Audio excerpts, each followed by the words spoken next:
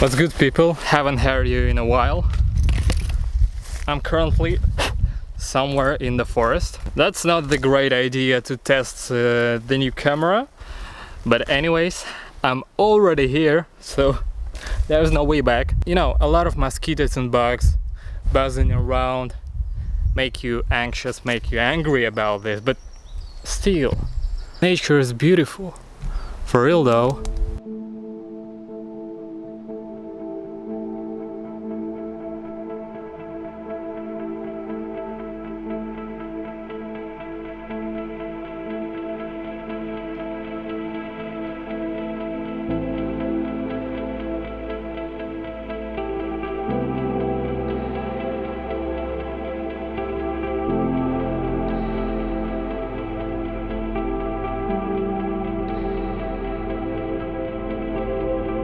So for today I'm gonna be trying to test the camera I have, which is Panasonic GH5, carrying this gimbal. It's kinda hard.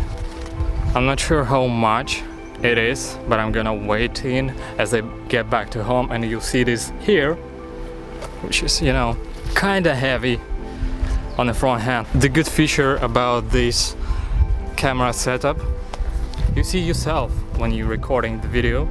I can track myself, how I'm looking. Am I looking good or not?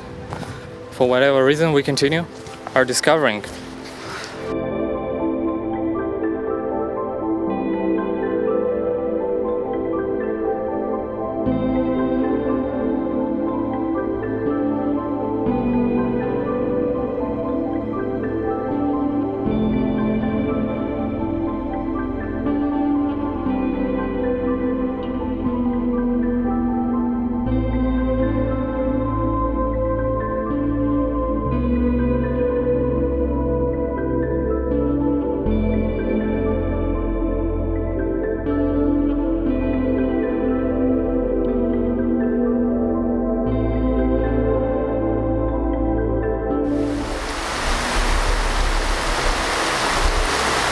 It's haunting and I don't like it. But anyways,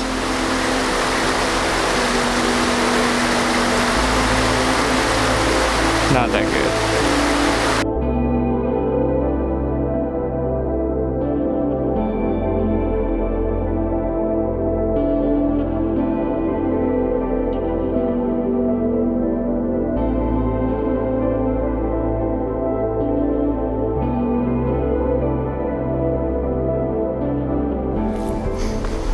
That's World War II remainings, probably.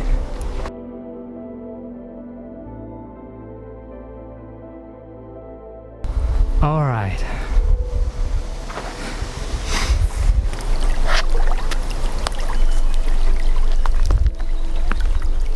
Actually, perfect place for vlogging. Kind of quiet. All right. How's it going? Okay, first thing first. If you're going to the forest, you probably need some sort of a spray. Gotcha.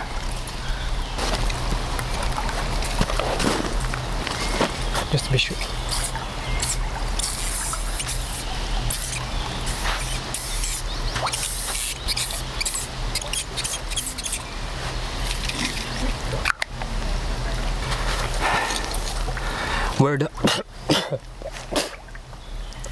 We're done with the spray. Oh,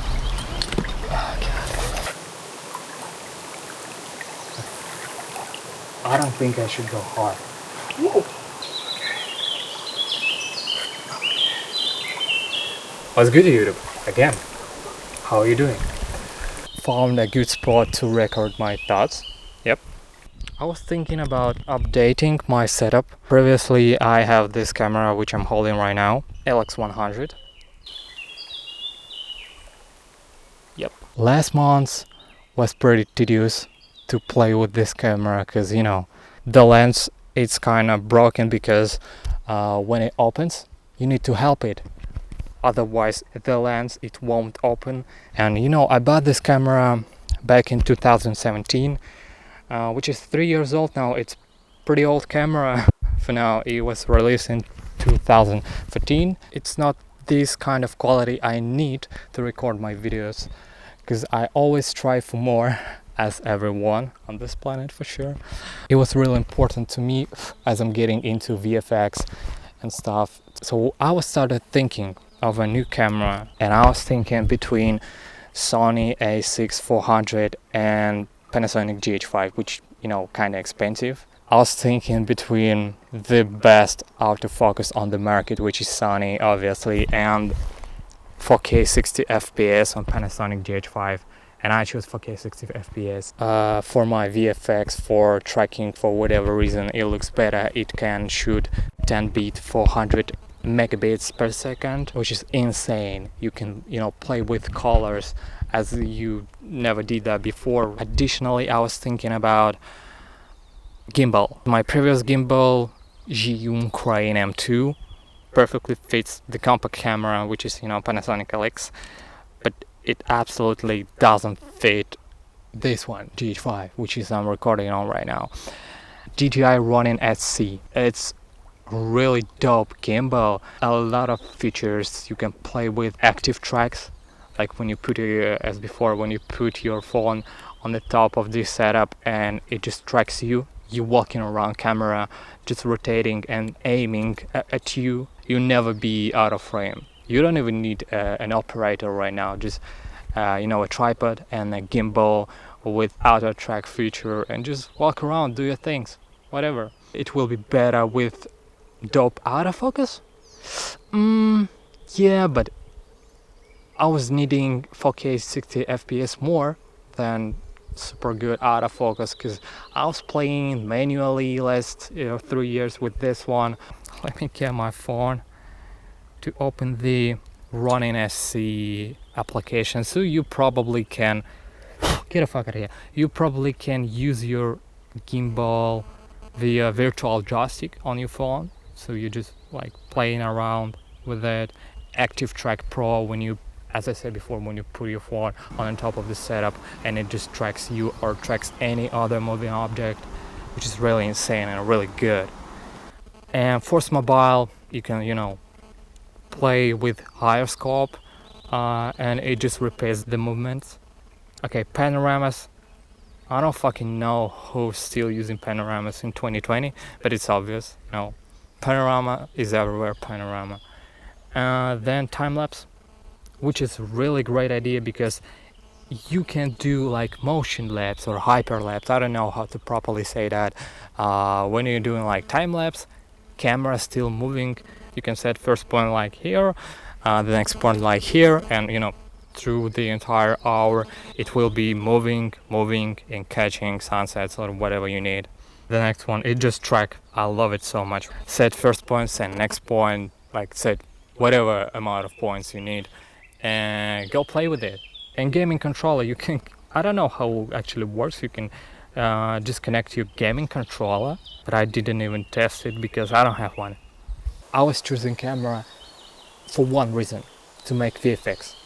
If I'm trying to vlog on it, it doesn't work so well. Like this camera for VFX, it's dope. For vlogging, it's not that comfortable, because you're gonna run out of energy of your hand or whatever, because it's a really heavy setup. If you playing with, you know, gimbal, put a camera on it, put a mic on it, all that, it's maybe 2-3 kilograms of weight.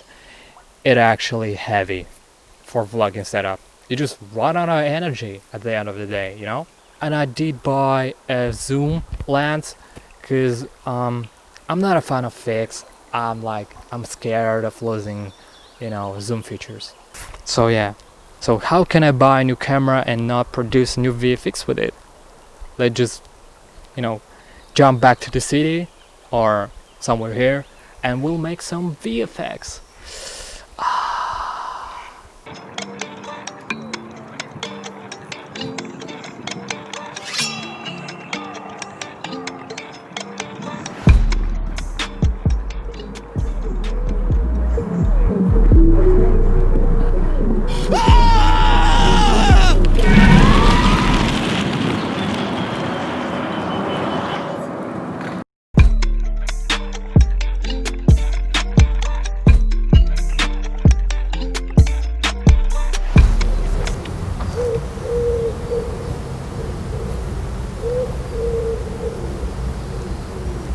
taking off.